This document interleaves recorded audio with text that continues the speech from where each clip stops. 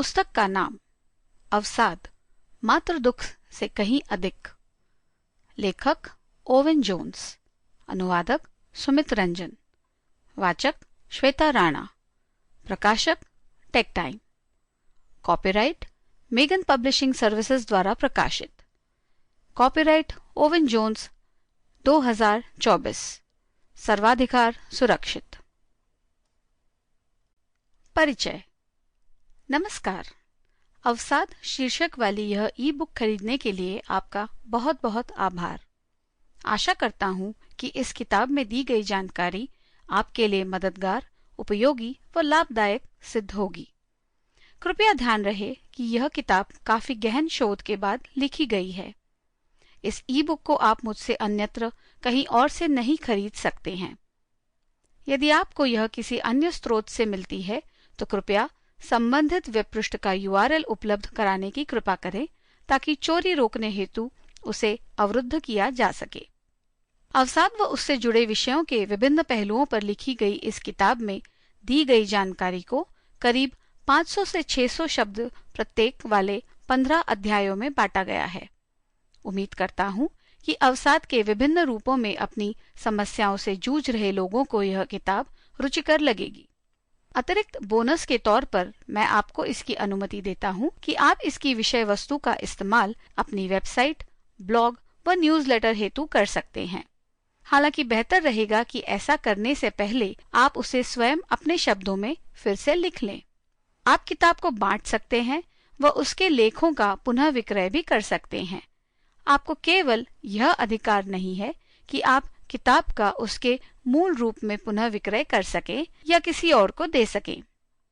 इस किताब पर यदि आपकी कोई राय हो तो उसे वहीं व्यक्त करें जहां से आपने किताब खरीदी हो। वैसे आप वहीं से इस जैसी और किताबें भी खरीद सकते हैं।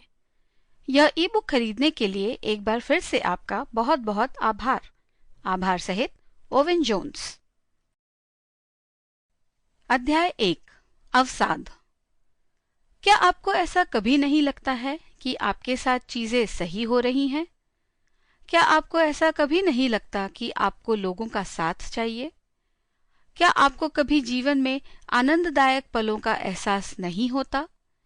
यदि आपको जीवन में कुछ समय से लगातार दुख की अनुभूति हो रही है तो इन संकेतों को आपको गंभीरता से लेना चाहिए और किसी डॉक्टर की सलाह लेनी चाहिए।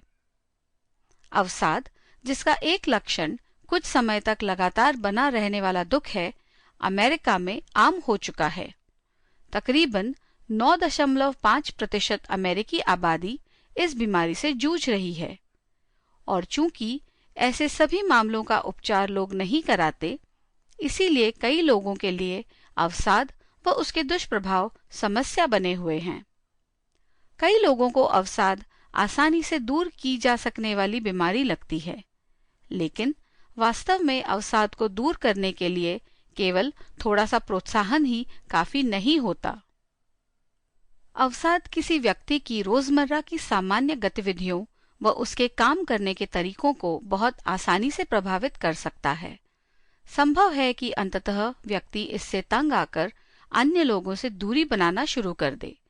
जैसे जैसे समय बीतता है, खुद में आत्मविश्वास की कमी और दुनियावी बातों में अरुचि व्यक्ति के प्रसन्नचित्त व्यक्तित्व पर हावी होने लगते हैं। इसके अलावा न केवल अवसादग्रस्त व्यक्ति खुद इस विनाशकारी बीमारी से ग्रसित होता है, बल्कि अंततः उसके मित्र, परिवार और सहकर्मी भी इसकी चपेट में आ जाते हैं। जब किसी अवसादग्रस्त व्यक्ति के करीबी लोग उसके व्यवहार में होने वाले बदलावों पर गौर करते हैं कि किस प्रकार उसने खुद की देखभाल पर ध्यान देना बंद कर दिया है और कैसे उसे सब कुछ कितना मुश्किल लगने लगा है, तब उन करीबियों पर भी इसका प्रतिकूल प्रभाव पड़ता है। अच्छी बात यह है कि अवसाद का उपचार संभव है, लेकिन किसी भी बीमारी की तरह इसका शुरुआती अवस्था में ही पता चल पाना बहुत जरूरी है। थेरेपी व इलाज के जरिए अवसाद पीड़ित व्यक्ति को ठीक किया जा सकता है। कभी कभी किसी मनोचिकित्सक की सलाह लेना जरूरी हो जाता है, लेकिन फिर भी ऐसी स्थिति में आपका पहला संपर्क बिंदु आपका प्राथमिक फिजिशियन ही होना चाहिए। Sample complete. Ready to continue?